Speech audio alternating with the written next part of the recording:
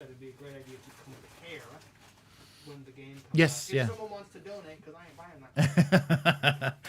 Yeah. Well, I'll hit up Steamforge, see if there's a review copy. That would be beautiful. Have I mentioned that, like, I complain about people selling out, but, like, understand why people do it, and we'll do it in a hot minute if people want to sponsor us?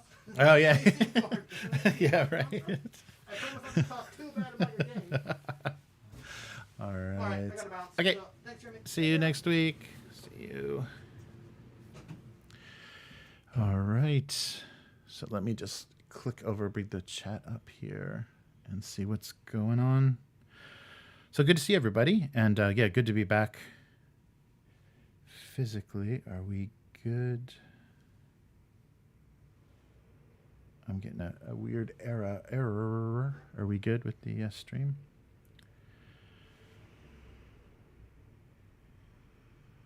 Uh-oh, did we break connection? Oh, I can't tell. Let's see here. Let me just go back into the... Oh, sorry if we did. Yeah, of course. Of course, new technical difficulties will follow us on our return. God damn.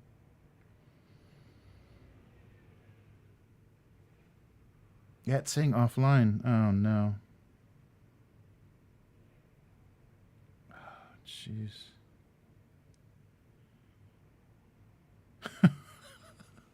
Hello, everyone. We're back.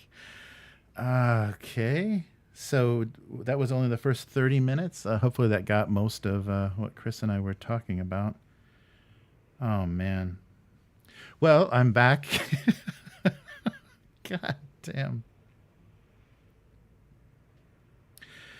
There we go. Russian bot. The Russian bot screwed us up. Hey, Yum, how's it going? Yeah, Matt, so did we cut out? I can't, I'm sorry. I was looking, we were sending, but I don't know if it was being received. Yeah, I glanced up enough to our, to what we were sending, so I might have to piece this together to get it on the, to get it up on YouTube. So I'll download what survived. That's really weird. I didn't see any, there weren't any warnings at all because I could see the green light from here. No, that's a bizarre. So let me, sorry, go back to the channel. So this will be a really exciting, really exciting version. Sorry about that. Yeah, I didn't see in either place where it was not live. Great. You have to double check that the internet here is... I've had no problems, and I'm on it, yeah, with the tablet. So sorry about that. But hey, we are still kind of here. There we go. Twice. Oh. All right, live now. So got kicked about 10 minutes ago. Okay, and then a couple minutes ago. Bizarre. Yeah, I'm not sure what's... I'm not getting anything on my end that's saying that I'm not there, but I wasn't looking down. I wasn't looking at live YouTube. I was just looking at OBS that whole time. So I apologize. I'll piece together. I'll download and piece together everything so this stream will exist. Sorry, guys. So sorry everyone was kicked off. So yeah, so we just covered the covered everything with Chris, and especially interested to see what happens with Dark Souls. Of course, the 5e aspect is a big turnoff for Chris, but maybe if they changed it enough, which is strange that they would use something and then have to just, like Chris was saying, spend so much time chopping it up that it's unrecognizable. So you lose that, because I think the whole reason to use 5e is so people aren't reluctant, because I think a group, especially a group of role players, like, okay, let's learn this new system. We were already getting that, even with the previous Idle Red Hands podcast. I think that was starting to be a real drag, is we wanted to play new games so we could review them, and people just did not want to learn new systems. They're like, can we just do something familiar? We always have to try something new? Do we always have to be looking up rules? So there was some discontent about always trying new systems, even if they were, all year zero games or all 2D20 games. Between the settings, then there was enough variation of the system that you're always learning something. So nothing feels comfortable, and you can't like think, in those system mechanics so well. But nice. Hey, how's it going? So sorry, I lost everybody's questions and comments about what we were talking about. They just, we must have disconnected, and just kept coming back. Yeah, sometimes YouTube, if you're only down for a little while, will kind of link that live stream together. They won't make it separate files, but this seems to have died. Yeah, Matt saying, learning new stuff can be a real drag for some players. Yeah, and I think it can definitely divide a group. Oh, interesting. Yeah. But yeah, I know my group does not. Yeah, I think that's the thing we ran into. And even, we were doing it for the purpose of reviewing the games. And even then people were like, can we just stop? I just want to play a game. And I guess that's also the drawback of streaming an actual play. So that was something. So we did that for the Alien RPG, and I wanted to kind of keep doing that with new systems and things. And some people, that you can't enjoy, you can't be yourself, you can't be relaxed if there's a camera on you, and everything that you're saying and all your all your role playing and everything you're doing with your character is going out live on the internet to be scrutinized and then archived forever. So that does make people uncomfortable and eliminates the ability to just enjoy what they're doing. It becomes more of a performance. And if you're not a performer, or if you're not comfortable, if you just want to relax after work, that's not the best situation. Nice.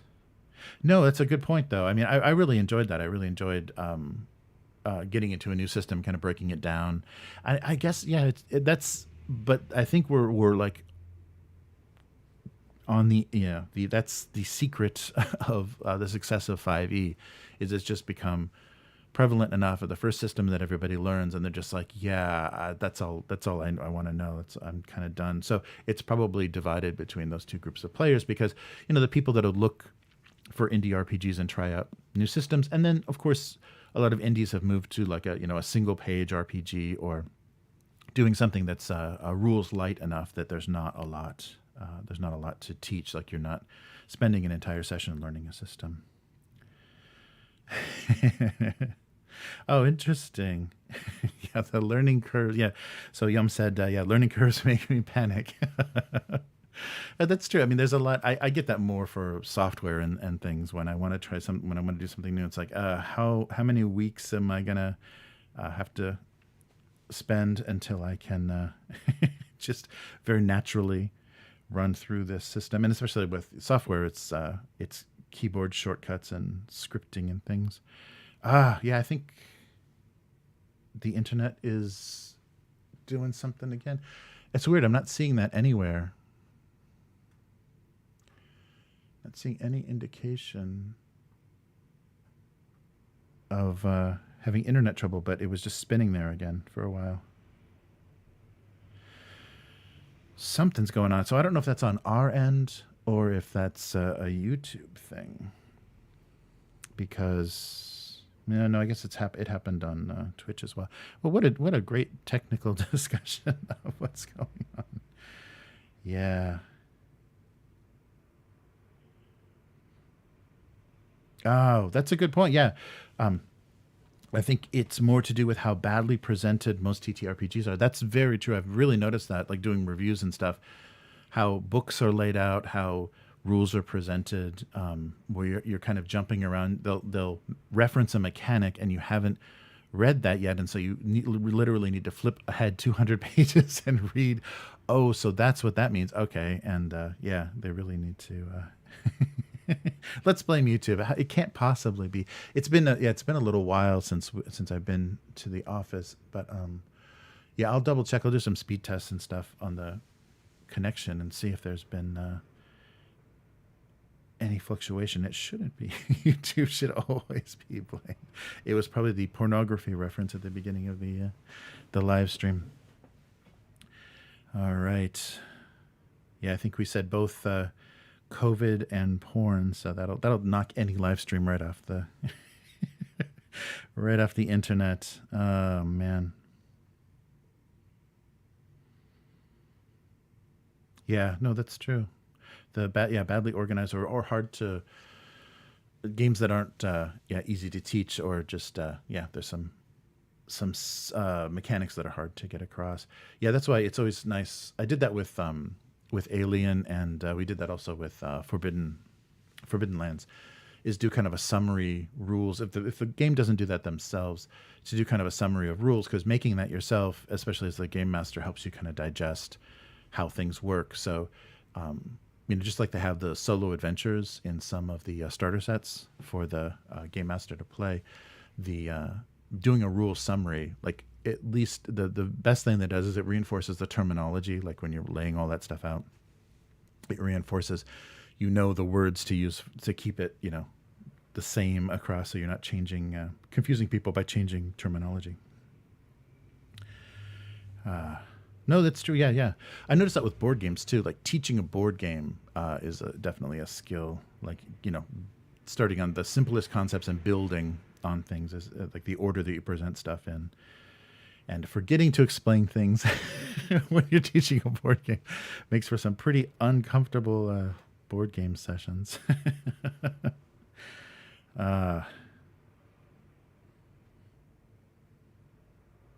Yeah, I think it's a really, it definitely is a skill, and a little bit different from, other kinds of teaching. That's true, because almost everybody here has done some sort of teaching. So you can see the various levels of teaching. All the expats have done probably some English teaching when they were at the most broke.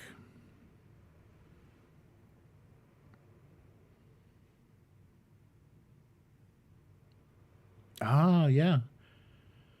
So the player kit for Blades in the Dark was kind of cool. Now that I remember. Oh yeah.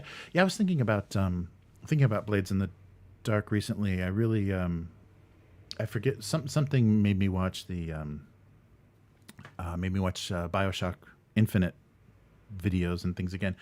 And I love that setting so much, and I was thinking, what system would you use if you wanted to play like a setting like BioShock Infinite without some of the, stripping out some of the mechanics and the time thing, and that is part of the narrative of that story, but having like your own narrative, but kind of keeping that setting, like the floating Columbian exposition kind of city in that turn of the century setting would be fun. And I was thinking, I wonder if the mechanics for Blades in the Dark would work best, because you could make it very heist based. You're infiltrating the city.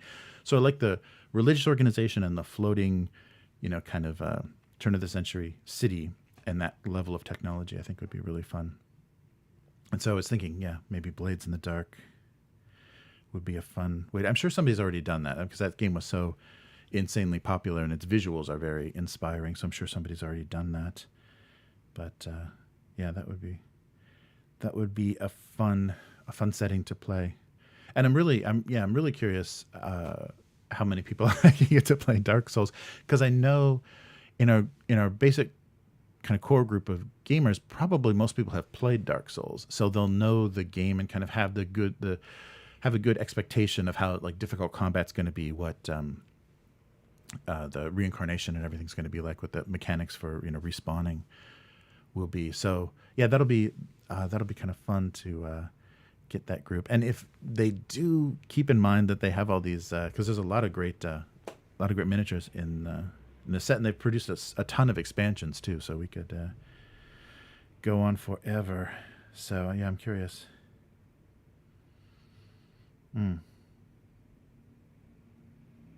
Oh yeah. Matt said session 0 with some combat examples really helps. Yeah, that's true. When we were doing the world building, the first time I played 5e, and then we did the world building for the pirate campaign that we did, I got there and it was just me and the DM, and he said, "You want to just start out some little early story?" And I was like just fighting a shark on a raft, basically, until everybody arrived. But it was good because it was the first time I had done 5e combat. So I was like, "Oh, okay, I get what we're doing here."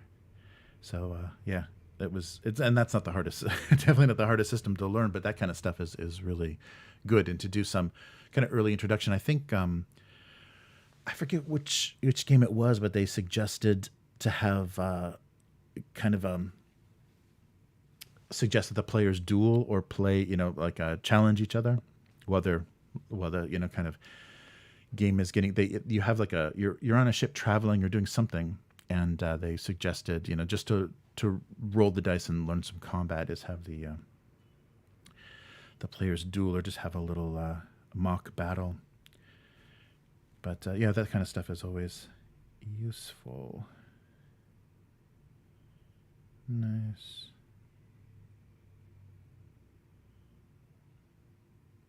Yeah.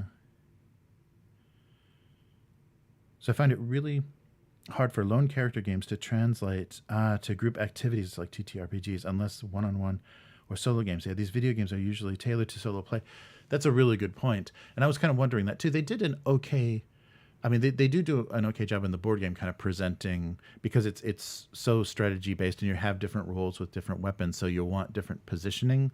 But I think that's a good point, is you're thinking very differently when it's a single player going against a large, deadly foe, as opposed to a party. So there are going to be more party roles, and people are going to be healing each other, or you'll break up into those kind of tank, DPS, caster kind of positions, and and maybe that's why they chose 5e, so that would be a little more clear. I don't know. Yeah, we'll see. But I think that's a good point. Is especially third-party games where you're just looking at the back of your character all the time. Yeah, and I think that's what Chris was asking too. Is, are you going to go into villages and interact with people? I mean, you do interact with characters in the Dark Souls game, but it's not, you're not starting out in a tavern and you're not looking at the shady character in the corner, or somebody doesn't approach you with a job. So it's definitely different. Yeah. And I think it'll be easier for people that have experience with the game, but that it might be harder to bring people in that don't. Interesting.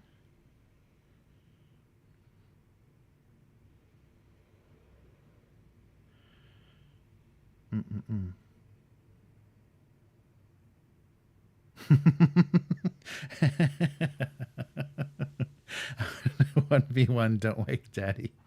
Now that is a board game. I love those board games that would give you like horrible anxiety as a kid. What was the Perfection? The one that you push that little platform down and it was on a minute timer, and you had to put all those shapes in the holes before the whole thing popped up. And so you basically had a little rocker switch. So you turned it on and the timer is going, and as soon as you get the last piece in, you turn it off. But the anxiety of that thing popping up and everything you've done for the past, 59 seconds or whatever just flies into the air. That was, I'm sure there's some kids that had early cardiac events. Board games. All right, and we're still going here. Yeah, sorry about the weird network disruptions. Yeah, Dungeon Crawl Classics. Oh, the funnel. Yeah. I was just, that's a great. I think that is a really good tutorial and a really good idea. I like. I was watching a YouTube video about, and I can't credit the channel, but they were talking about the evolution of kind of character creation in D&D, and how the early version, you basically rolled 3d6 in order of the attributes, and that was it. And whatever you rolled, I think that there was like a requirement, at least if one of your stats isn't 15 or over or something, then you should probably roll again. But you were limited to your race and class by what you rolled, and so you could end up with a character you absolutely hate. But there's something interesting about that, like making an unlikable choice at the beginning, or a choice that you wouldn't have made at the beginning, and kind of growing into that character. And the same thing with the funnel.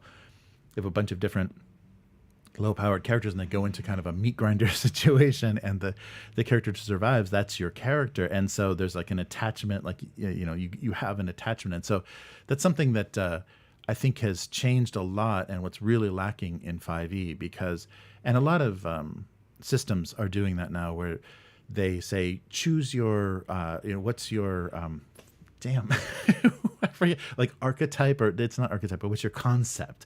Like you come to the first thing that they want you to come up with when you're thinking of your character is, what's your idea? What's the concept for this character? And it's like, oh, I want to be, some sort of, battle mage, or I want to be a fighter, want to be some, and there's a lot of dual classes and stuff involved in this like early concept, and then the rules, then you try to make the rules get you to this like image you have of this character, and that leads to a lot of, and now that you can make your own impromptu like fantasy races and everything in 5e and everything, so this weird concept, like you just make it fit into this world, you just force it into this world. Whereas if you have these limited choices and you get stuck, and that's the charm of like Warhammer Fantasy RPG is there's really crappy classes and you get stuck you start off as a rat catcher or something pathetic, and it's not something you'd really ever want to play, but there's places to get to from there. But but that attachment, that the attachment comes from your narcissism and your hubris to like a 5e character, whereas your attachment comes to surviving something or going through something, or figuring out who this person is while you're playing. That's very different. So the investment, when they talk about player investment, I think it's very different now. And so that means like character death and stuff. If people have this like crazy concept and it's this character they've always wanted to play, and it's this thing inspired by all this stuff that they've read, and this is exactly what they want to do, and then that character dies, I mean, that's very brutal. So I don't think that works well. I think there's a wrong kind of investment, or the wrong kind of like connection to the character, because telling a good story, if your character dies telling a good story, that's great, that's really worth it. That's a fun adventure, but a good end to an adventure. But yeah, if you've just way too invested and you want this character to become a god-like hero, then I don't know what stories they're going to be happy with. Oh yeah, level 1 to 4 is the character's background. Yeah, that's like a Gygax idea. Yeah, no, I think that makes sense. And there was that game Nibiru that I looked at that was very interesting, because the characters start out as kind of blank, and you make choices in the game, and that actually provides stats and abilities and things. So you kind of roll your character as you're playing the beginning of the game. I think that's a really neat idea. But those concepts more were like about dreams and kind of in a different consciousness. So kind of remembering, and like your character comes to you as you play it. So that's kind of fun. I think that's an interesting concept. Yeah, makes a ton of sense. So character concept makes a ton of sense. And when your character doesn't start with 4 hit points, yeah, that's true. That's true. Yeah, it's a very that was the when we played a little 5e, the OSR group played a little 5e, that was a big jump. Like already second level characters could have, I think my druid had access to like over 100 hit points, because I could burn spells to get D8 health back and things. So I had access to like 100 hit points at level 2. So it was like pretty unstoppable, or just took quite a beating. Yeah, it's I love those starting, and really like that gives you the right perspective. I love the Warhammer, like starting out at that lowly, and also the setting is so it's grubby fantasy, so it's all everyone's corrupt and horrible anyhow, so you're not going to ever be heroic. You're going to be a very flawed hero at best. The Rat Basher 3000. I think you have a stick and a vicious dog is your starting equipment. Yeah, and the expansion for that Xanadu is coming, the Nibiru. Yeah, so I would definitely want to. The group would be good for playing that too. I think the group we have now, we can't get together yet. Like everyone is still like their kids' schools are closed because they were, cases at their school and stuff. So yeah, it's never ending, and we're up to crazy numbers already. We haven't peaked yet. Japan hasn't peaked yet, so our spike is still getting spikier.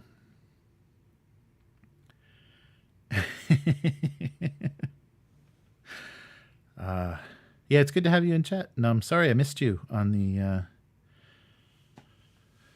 stream last time. I was a little bit earlier. I don't think I caught you, or it was a bit early. So I think the cartoon stream, the abuse cartoon stream, is going to be a little bit earlier than usual. But yeah, it's fun stuff. Yeah, so sorry about the connection problems. I will do some tests and see see if I can just blame YouTube. But yeah, the connection here is a wired connection, so I'm not dealing with anything wireless at all. So that's a bit disturbing if it was interrupted. But there is a building going up next door, so I might have to tolerate more interruptions than usual if they're gonna be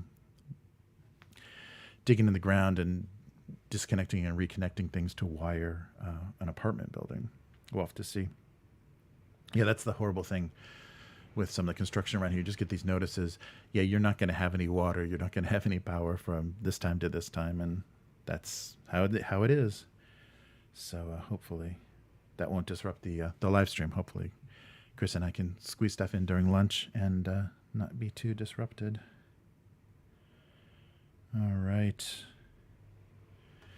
Well, good. Well, thanks everybody for watching the the very broken, very interrupted live stream. I'll try to put everything together. I apologize if it's going to have to be in parts, but I'll try to download everything and put it together as a single video on YouTube at least. So we'll see. Oh, good. Yeah, so I look forward to. So for more of me, I'll be Monday evenings, North American time. I'll do the Abuse Cartoons live stream, and I'll probably I'll be online for some things. That there's like more unboxings and stuff that I can do during the week. So hopefully on this channel I'll be online before next Friday, and otherwise, Chris and I will be back on Friday doing the same thing. So I guess it's Thursday night in other places, but. Thanks for joining us, and yeah, we'll find out what Dark Souls. Hopefully, they'll do a play test or a quick start for Dark Souls, because I don't think they're going to crowdfunding. I'm not sure, but I'm really curious about how that's going to go, and that'll give me some time to paint some giant Dark Soul miniatures.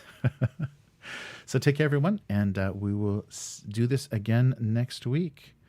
So good night or good afternoon or good morning, wherever you are. And yeah, thanks for joining. And Matt, yeah, good to see you, Matt. Thanks for giving me the okay on everything I sent you, and more to come soon. So this will go up on the Patreon RSS, and I'll try to cobble it together so we have at least one solid audio file. And the same thing with the regular podcast. I'll try to put the audio together from these interrupted fragments. So see you next week. Take care, everyone. Goodbye.